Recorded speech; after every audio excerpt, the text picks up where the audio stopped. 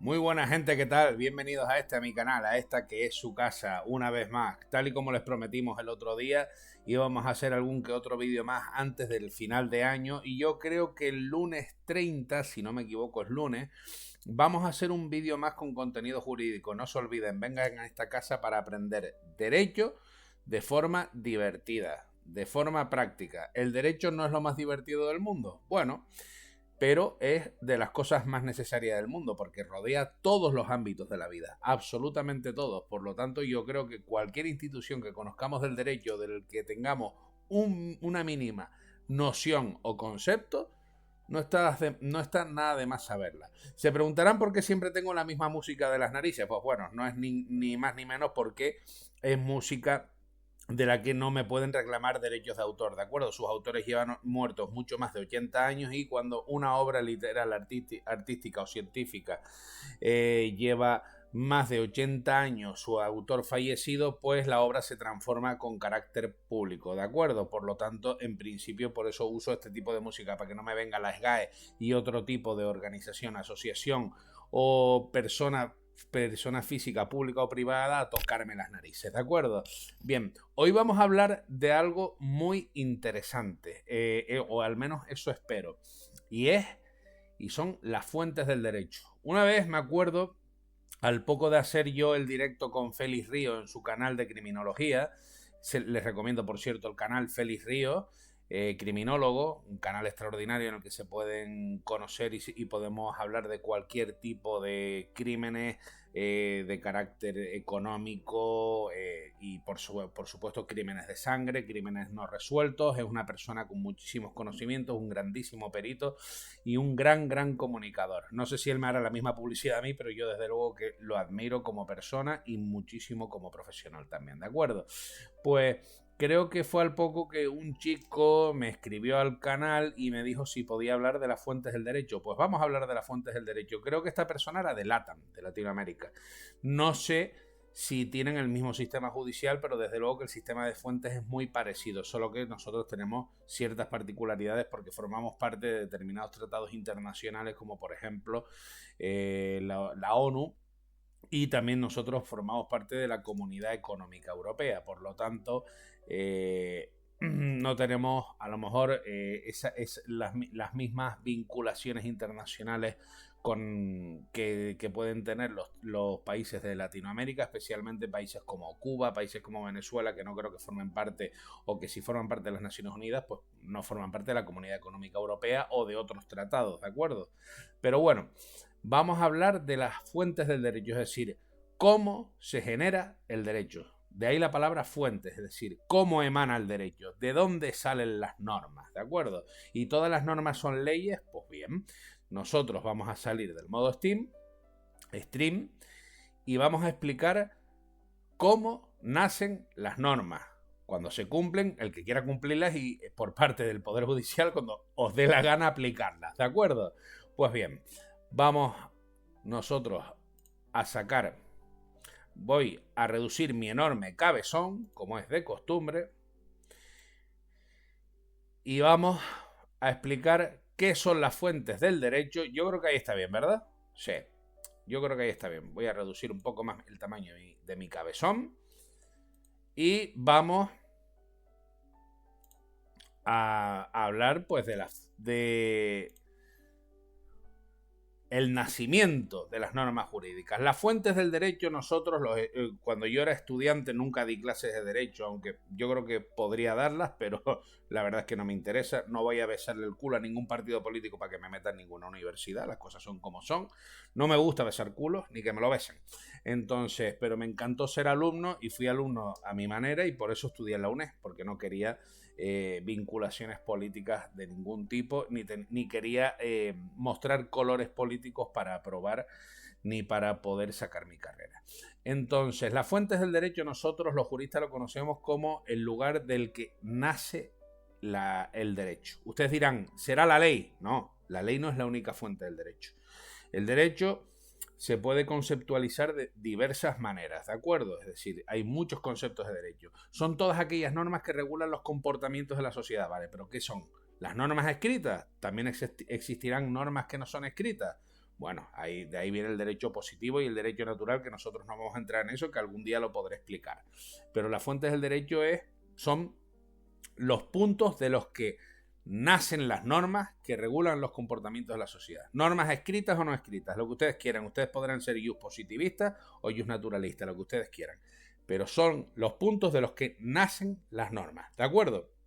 Y para eso tenemos que conocer a un tipo muy simpático, como no podía ser de otra manera, una persona germanohablante, porque aunque nació en Praga,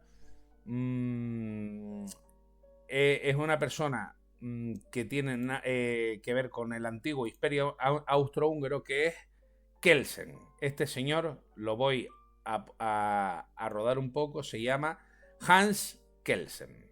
Vale. Hans Kelsen es una persona que nació en Praga en el antiguo imperio austrohúngaro, por lo tanto era entre austriaco, alemán, pero realmente era checo, lo que hoy en día se conoce como checo, que formaba parte del mundo de la justicia, es decir, era jurista, él estudió Derecho efectivamente, y él creó lo que se conoce como la pirámide de Kelsen, es decir, este hombre era iuspositivista absoluto. ¿Qué significa iuspositivista? Que él solo creía en las normas escritas. Ustedes muchas veces pensarán, coño Alberto, las normas tributarias, la ley general tributaria dice que si yo no pago una deuda tributaria, a partir de cierto plazo, mi deuda pasa al 35% de intereses. Eso no es justo, ¿vale? Desde el punto de vista no escrito y moral, entendemos que no es justo. Pero para la norma jurídica, para lo que está escrito, sí es justo. Pues para lo que está escrito es lo que se conoce como el positivismo. Y lo que nosotros entendemos en nuestra conciencia que no es justo, es lo que se conoce como el naturalismo. Pues este hombre era positivista puro y duro. Este hombre creía que las normas escritas eran las únicas que merecían la pena y las únicas a las que había que prestar atención. Y era tan positivista, es decir, creía tanto en la norma escrita y no en la norma moral, o en la norma ideológica, o la norma de la conciencia, creía tanto en la norma escrita que creó la pirámide de Kelsen. ¿De acuerdo? Me gustaría resaltarles que su gran obra jurídica, por así decirlo, se conocía, si no me equivoco, como la hipotética fundamental, es decir, la norma hipotética fundamental. La pueden buscar en internet y todavía se puede comprar en librería. El tío era interesante de leer, aunque yo no estoy de acuerdo 100% con él, pero el tío era muy, muy interesante de leer. ¿De acuerdo? Bueno.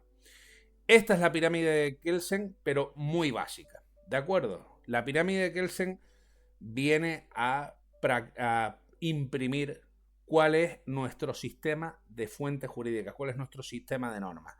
Y lo que plantea es un sistema piramidal, de tal manera que en la cúspide de la pirámide se encuentran nuestras constituciones estatales, la Constitución Española de 1978, la Constitución de los Estados Unidos de 1700 tanto, la Constitución Francesa, la Constitución austríaca, la Constitución alemana, que es la Grundgesetz, ¿no?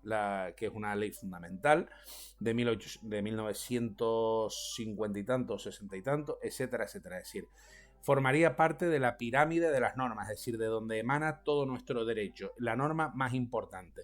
Y a medida que vamos bajando la pirámide, nos encontramos con distintos tipos de normas legales o no legales que de manera jerárquica van determinando cuáles son las más importantes o no. Aquí podemos ver, por ejemplo, en pantalla, cómo, por ejemplo, tenemos el nivel fundamental, que serían las constituciones y los tratados internacionales. Esto es muy básico, ahora lo vamos a desarrollar un poco, porque realmente esta pirámide la encontré en internet y es muy correcta, pero muy básica.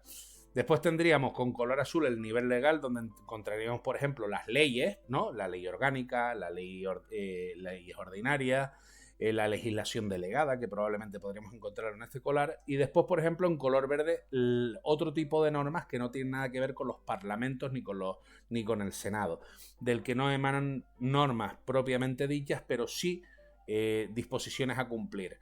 Para mí las sentencias no son realmente normas, ¿de acuerdo? Son todas las disposiciones que aplican las normas, es decir, de hecho el Poder Judicial es el que se encarga de aplicar el derecho. Pero sí tenemos, por ejemplo, convenios colectivos en el ámbito laboral o, por ejemplo, los estatutos de las comunidades de propietarios en el ámbito civil. Un estatuto de la comunidad de propietarios es una norma. Hombre, no es una ley, ni tiene rango de ley, pero desde luego que son pactos que se establecen que tienen fuerza y rango de ley de conformidad con el propio Código Civil, ¿de acuerdo? Por eso digo que esta pirámide está bastante incompleta, pero podemos desgranar de manera clara por colores que la cúspide de la pirámide se constituye por las normas más importantes, tratados internacionales, la constitución por ejemplo, de la Comunidad Económica Europea, la Constitución Española, los estatutos de autonomía, y a medida que vamos bajando vamos encontrando otros tipos de rangos normativos que, si emanan del Parlamento, por ejemplo, que suelen estar dentro del segundo grado, como es por ejemplo el color azul, leyes ordinarias, leyes orgánicas, la legislación delegada, que para mí debería estar debajo, no al mismo grado, pues son normas de carácter importantísimo, el Código Civil, el Código Penal, etcétera, y en el color verde, pues convenios colectivos y los reglamentos de los estados. Por ejemplo, por eso digo que esta pirámide es bastante incompleta, pero vamos a ver ahora mismo otra pirámide que yo he encontrado también en internet, que la veo bastante más completa, pero que también la tuve que corregir, por así decirlo, o tuve que ponerla personalizada. Esta pirámide para mí es más o menos más completa si la adaptamos al derecho español, al derecho de Latinoamérica, por ejemplo, de la mayor parte de países latinoamericanos, veremos bastantes similitudes, pero no serán exactamente iguales porque no formamos parte de las mismas organizaciones internacionales que hoy en día es importantísimo, ¿de acuerdo? Miren, por ejemplo, nosotros en la cúspide de la pirámide tenemos el derecho comunitario por encima de la Constitución española. ¿Y esto es cierto, Alberto? Pues sí. Es decir, el derecho comunitario, normalmente nosotros hemos tenido dos reformas de nuestra Constitución española. La primera fue el artículo 13.2, que hablaba de que todos los miembros de la Comunidad Europea podían ser, cualquier persona, cualquier ciudadano de cualquier país miembro de la Unión Europea podía ser alcalde, es decir, podía presentarse, tenía derecho de sufragio pasivo, es decir, a ser elegido como alcalde dentro de cualquier país. Es decir, yo puedo ser alcalde de Múnich, perfectamente, y debería serlo, coño. Una persona de Austria podría ser alcalde en San Cristóbal de la Laguna. Ojalá. Un madrileño puede ser alcalde de un municipio de Austria o de Holanda o de Finlandia. Perfectamente. Perfectamente. Esa fue la primera reforma constitucional que la hizo. Y la segunda reforma constitucional que se hizo fue una época de José Luis Rodríguez Zapatero, por el que se reformó la cuestión de los presupuestos, la cuestión del techo presupuestario, ¿de acuerdo? Es decir, y se adaptó a las normas de la Unión Europea. De tal manera que una constitución, si es incompatible con la normativa europea, tiene que adaptarse la propia Constitución. Si quiere estar dentro de la Unión Europea, tiene que adaptarse a la normativa europea. Por eso, el derecho comunitario está por encima de la Constitución, ¿de acuerdo? Y dentro de la Constitución española también tenemos que tener en cuenta que hay muchas modificaciones que se tendrían que hacer, y es a través de los tratados internacionales. Es decir, hay tratados internacionales que no son aceptados y de los cuales no se puede ser parte si no modificas tu Constitución. Gracias a Dios, la Constitución española de 1978 está adaptada a la mayor parte de los tratados internacionales, como es, por ejemplo, la adquisición de los derechos fundamentales, la Carta de Roma de 1950 y 1951, la adhesión al Tratado de Roma para la protección de los derechos fundamentales del Tribunal Europeo de Derechos Humanos, etcétera, etcétera. Nuestra Constitución está bastante adaptada a lo que es la normativa de la mayor parte de los tratados internacionales, ¿de acuerdo? Por lo tanto, el derecho comunitario y los tratados internacionales podemos decir que están por encima de nuestra Constitución. De tal manera que si queremos formar parte de determinada organización internacional, OTAN, si queréis decirlo de esa manera, la ONU, la Comunidad Económica Europea, la Unión Europea, etcétera, nuestra Constitución tiene que respetar sus principios. Si no, pues sí, nuestra Constitución sería pues la principal fuente del derecho, pero no podría estar dentro de estas organizaciones. Si queremos estar dentro del club, tenemos que ceder esa soberanía. Por lo tanto, la Constitución española no estaría en segunda posición, estaría en tercera. Estaría el derecho comunitario, los tratados internacionales y la Constitución española. ¿De acuerdo? Después tendríamos lo que es la legislación que emana del Parlamento, lo que son las leyes orgánicas y las leyes ordinarias. Digamos que aquí no existe una cuestión jerárquica entre este tipo de leyes, sino que las leyes orgánicas regulan una determinada materia, las leyes ordinarias otro tipo de materia. Las leyes orgánicas requieren una mayoría parlamentaria superior, pero no son superiores jerárquicamente a las leyes ordinarias, sino que simplemente por la importancia de la materia requieren de otro tipo de mayoría, y además las materias que pueden regular son tasadas. Por ejemplo, cuestiones de derechos fundamentales o la regulación de determinadas instituciones. la ley orgánica del Tribunal Constitucional, la ley orgánica del Poder Judicial, la ley orgánica que regula el derecho a la libertad, el derecho a la intimidad personal y familiar y a la propia imagen, etcétera, etcétera. Es una cuestión de materia, no es una cuestión de jerarquía. Una ley ordinaria y una ley orgánica no se superponen ni se sobreponen nunca, sino que están al mismo nivel jerárquico, solo que materialmente regulan cosas distintas. Después tenemos las normas con rango de ley, que es lo que se conoce como la legislación delegada, y aquí puede entrar Pedrito Sánchez y nos puede explicar un poco esto. La legislación delegada es una cuestión que hacen las Cortes Generales. La Constitución española prevé que, dependiendo de la especialización de una determinada materia, por ejemplo, la regulación del Estatuto de los Trabajadores, que es la normativa que regula las relaciones laborales entre los empresarios y los trabajadores dentro de España, como es tan especializada, lo que hizo la Constitución, lo que hace la Constitución o lo que hace el Congreso de los Diputados es, oiga, yo voy a regular una cuestión principal que es la ley del Estatuto de los Trabajadores. Pero como esta cuestión es muy, muy especializada, como requiere de grandes técnicos y como requiere de muchísima materialización, lo que voy a hacer es delegar su legislación al Poder Ejecutivo, que en este caso sería el Gobierno. De tal manera que son las Cortes Generales las que están autorizando y delegando en el Gobierno su regulación. Por lo tanto, sigue siendo legislación. Las Cortes regulan, no lo olviden, siempre crean la ley orgánica y la ley ordinaria, pero pueden delegar en el Gobierno que regulen cierta materia porque es muy complicada. Por ejemplo, la legislación de tráfico o la ley de consumidores y usuarios. El legislador dice, mira, esto es demasiado complicado, yo te habilito a ti, lo que se llama una ley de habilitación, una ley marco, para que tú regules esta materia porque para mí es demasiado complicado. Ahora yo te autorizo a que lo hagas, por lo tanto es legislación. Y después está el decreto Sánchez, el decreto ley, que el decreto ley es una norma que crea el Gobierno y que tiene que ser convalidada a los 30 días de su creación en el Congreso de los Diputados. Y así es como ha legislado España durante los últimos 7 años. ¿Por qué? Porque como este señor no tiene mayoría absoluta y como no tiene mayoría necesaria y como tiene que estar atendiendo a determinados chantajes de determinados partidos políticos y de determinadas insignias, pues lo que hace es legisla y durante 30 días esa legislación tiene efecto, pero a los 30 días tiene que ser convalidada por el Congreso de los Diputados. ¿Qué es lo que hace? Pues accede a chantajes y a los 30 días el Congreso dice, vale, perfecto. Y como el Tribunal Constitucional es suyo, pues ¿se puede legislar de esta manera? Claro que sí, porque algo que parece más un sistema presidencialista típico de los Estados Unidos que un sistema parlamentario, que es el que tenemos en España. Pero bueno, allá cada uno con lo suyo. Ustedes sigan comiendo tortillita en la playa y sigan comprando cervecita de 25 céntimos de Mercadona, que mientras ustedes no protesten por esto seguirá pasando. Ustedes no se preocupen por eso. Como decía Albert Einstein, ustedes no se preocupen que tendréis derechos mientras creáis que los tengáis. Una vez que no los tengan, a comerse un pollón. Esa última frase, esa última palabra es de cosecha propia. Después tenemos los reglamentos. Los reglamentos, ustedes conocerán seguramente el reglamento de la agencia tributaria y el reglamento de tráfico. Los reglamentos sí es verdad que los dicta única y exclusivamente el Gobierno y es para desarrollar normas. Y tiene que ser el Parlamento el que autorice de forma exclusiva al Gobierno a dictar un reglamento. Por ejemplo, la ley del IRPF, ¿no? ¿Cómo se regula el impuesto sobre la renta de las personas físicas? Nosotros tenemos una ley que es aprobada por el Parlamento, pero después la propia ley habilita al Gobierno a dictar un reglamento para desarrollarlo, es decir, para redactar los tecnicismos. Hablando claro, para redactar todas las cuestiones por las que nos van a coger, nos van a meter vaselina en el culito y nos van a clavar. Así de claro, y normalmente sin vaselina. Pues esto es así, es decir, la ley habilita al Gobierno para que dicte un reglamento y el reglamento lo que hace es desarrollar y ejecutar lo que la ley dice. Por eso se le llama poder ejecutivo.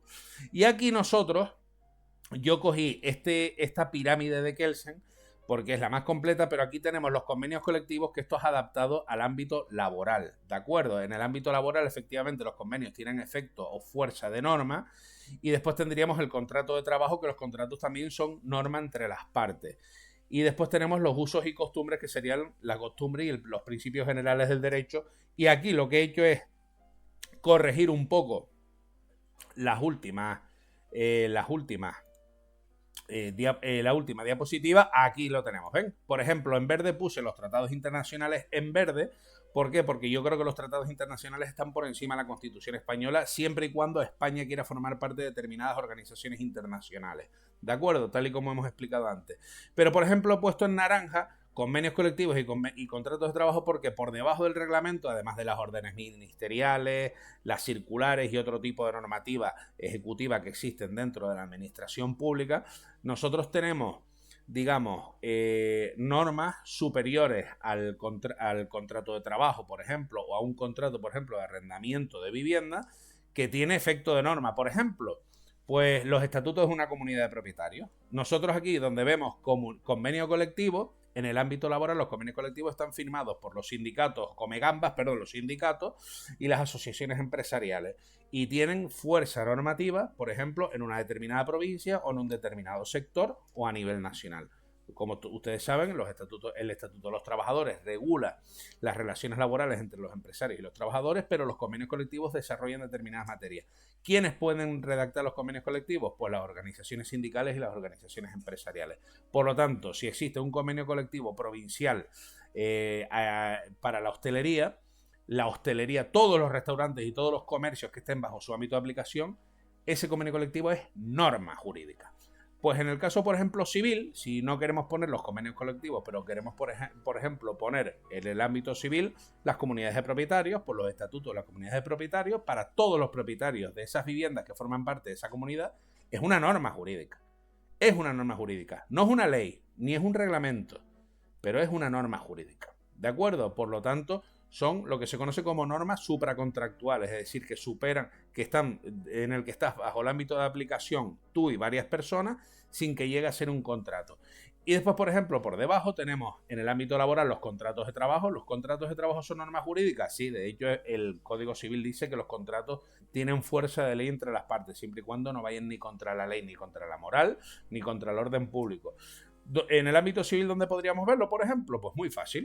Podríamos verlo en un contrato de arrendamiento de vivienda. Nosotros tenemos, donde pone convenio colectivo, podríamos poner estatuto de una comunidad de propietarios, y donde pone contrato de trabajo, pues contrato de arrendamiento de vivienda. Perfectamente. O contrato de compraventa de vivienda. Perfectamente. ¿Tiene fuerza de ley? El Código Civil dice que tiene fuerza de ley siempre que no vaya ni contra la ley, ni contra la moral, ni contra el orden público. Entre los firmantes, entre las partes firmantes de un contrato, ese contrato tiene fuerza de ley siempre que no vaya ni contra la ley, ni contra la moral, ni contra el orden público. Y por último, donde pone usos y costumbres, yo creo que aquí debería referirse a las costumbres y los principios generales del derecho. Las costumbres y los principios generales del derecho es lo que se llama como el derecho consuetudinario, es decir, lo que se aplica no porque existe norma jurídica, sino lo que se aplica por costumbre. Aquí hubo una sentencia hace muchos años, creo que fue en el año 99, año 2000, muy importante a nivel de hostelería, que era la cuestión de la barba para la gente que trabajaba en la hostelería. Y si no me equivoco, esta cuestión de la estética no se regulaba ni en el Estatuto de los Trabajadores ni efectivamente en los convenios colectivos. Sin embargo, por costumbre se entendió que el empresario podía obligar a los trabajadores a que la barba tenía que ir mínimamente arreglada y con un mínimo de higiene, dado que se entendía que en el lugar en el que se estaba llevando a cabo el desarrollo de esa actividad de hostelería se entendía que era una costumbre y por lo tanto formaba parte de la higiene en el trabajo. Entonces, la costumbre realmente y los principios generales del derecho hoy en día se aplican bastante poco porque está excesivamente todo regulado, es decir, la ley y los reglamentos llegan prácticamente a cualquier punto.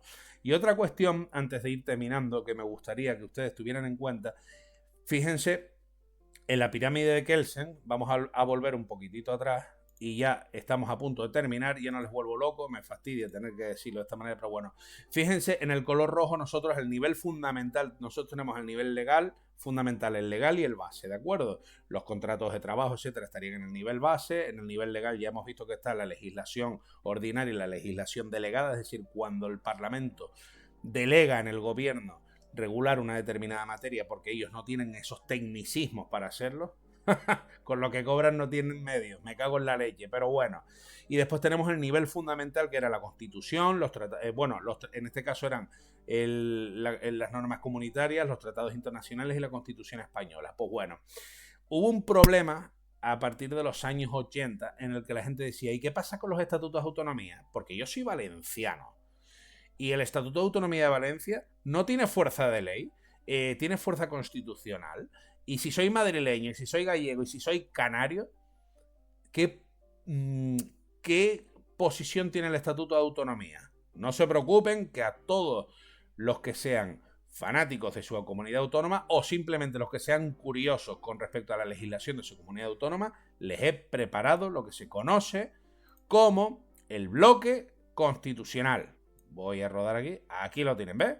Bloque constitucional o el bloque de la constitucionalidad. El bloque de la constitucionalidad lo que viene a establecer es una agrupación dentro de la cual se configuran la mayor parte. Esto es de carácter doctrinal, ¿de acuerdo? Es decir, esto no viene regulado ni por la ley ni por la Constitución española, y esto ni siquiera viene a ser la sentencia del Tribunal Constitucional la que determina este bloque, aunque me parece que hay sentencias del Tribunal Constitucional que dicen que sí. No podría nombrar ahora mismo ninguna, pero me acuerdo de Derecho Constitucional en la parte primera, Antonio Torres del Moral, que sí nombraba alguna sentencia del Tribunal Constitucional que hablaba del bloque de la constitucionalidad.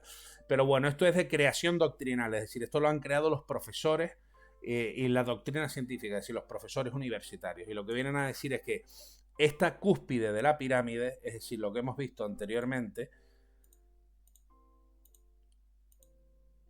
el nivel fundamental, lo que es la cúspide roja, donde entrarían las normas fundamentales, la Constitución, tratados internacionales, derecho comunitario, etc. Pues bueno, si nosotros efectivamente dejamos al derecho comunitario donde debe ser, que es por encima del nuestro, y así es, porque desde que el derecho comunitario sea incompatible con el nuestro, nosotros tenemos que modificar la Constitución o cualquier tipo de legislación dentro del Estado. Desde que los tratados internacionales sean incompatibles con nuestro derecho, si nosotros queremos formar parte de una organización internacional, tenemos que adaptar nuestro derecho. Pues bueno, lo que nos viene a decir la doctrina científica prácticamente desde principios del siglo XXI es que más que la Constitución, la cúspide de la pirámide, dejando fuera, vuelvo a decir, el derecho de la Unión Europea, el derecho comunitario y los tratados internacionales, lo que nos viene a decir es que el bloque constitucional no está constituido únicamente por la Constitución española, sino también por los estatutos de autonomía, de tal manera que la cúspide de la pirámide de nuestras normas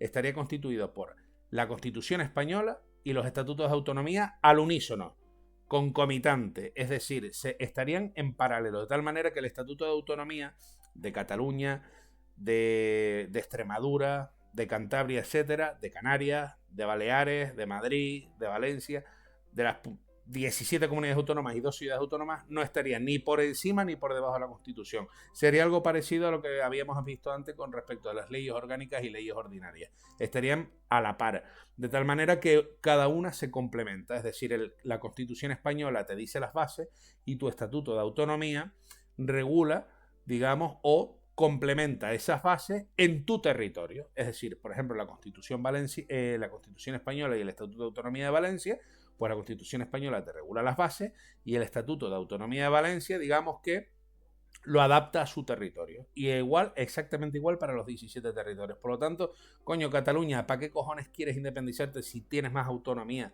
que un Estado federal, coño? Pues bueno, haz lo que te salga de las narices. Muchas gracias por seguirnos y les repito, creo que vamos a hacer un vídeo antes de fin de año, uno más. Esta es básicamente la regulación, o esta es básicamente, digamos que la forma de las que le puedo explicar cómo nacen las normas jurídicas, es decir, cuál es el origen de nuestro derecho. Y si ustedes quieren creer que el derecho son normas escritas y no escritas, bueno, yo estoy de acuerdo con ustedes. Otra cosa es que ya después hay teóricos del derecho, como por ejemplo Kelsen, que cree que las normas jurídicas son solo las escritas, y después tenemos a Norberto Bobbio, que era todo lo contrario, que decía que eran más las normas naturales, las normas morales, que las escritas. ¿De dónde nace una y de dónde nace otra? Pues bueno, nosotros hemos adoptado el sistema positivista de Kelsen, en el que entendemos que el derecho nace principalmente de las Cortes, del Congreso y del Senado. Entendemos que el gobierno puede legislar porque las Cortes les delegan esa legislación y que después hay niveles supraestatales que también pueden tener el carácter de generadores de normas. Sindicatos y organizaciones empresariales, madre mía, Dios nos coja confesado, pueden crear convenios colectivos, las comunidades de propietarios pueden generar sus propios estatutos y después nosotros a través de los contratos podemos generar normas entre sus firmantes. Y así, etcétera, etcétera. Si ven que esto ha sido un poco complicado, no se preocupen, denle para atrás al vídeo porque creo que pese a los tecnicismos y a las palabrotas que he empleado o que he esgrimido, se ha entendido bastante bien. No obstante, déjenme en comentarios cualquier tipo de duda que tengan, ¿de acuerdo? No se preocupen por eso, ustedes simplemente tienen que ponerme en comentarios cuál es la parte que no han entendido y haré un vídeo volviendo a explicarlo o les responderé por privado, no hay ningún tipo de problema, ¿de acuerdo? Feliz Navidad a todos y gracias por estar ahí. Y al suscriptor que he perdido, gracias por haber pasado por aquí.